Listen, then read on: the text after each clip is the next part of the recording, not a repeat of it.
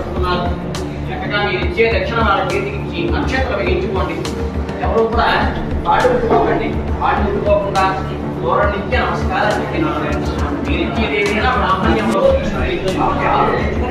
చక్కగా సంతోషంగా వాళ్ళ చేతికి ఇవ్వండి.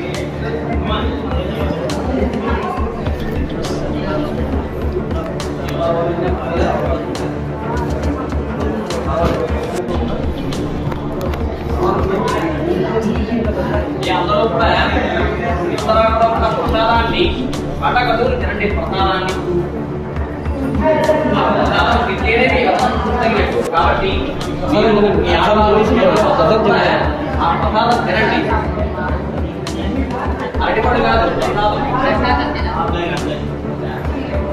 చెప్పి అరటిపండు దర్శనం అయ్యాక తినాలి. అరటిపండు దర్శనం పూర్తయ్యాక తినాలి.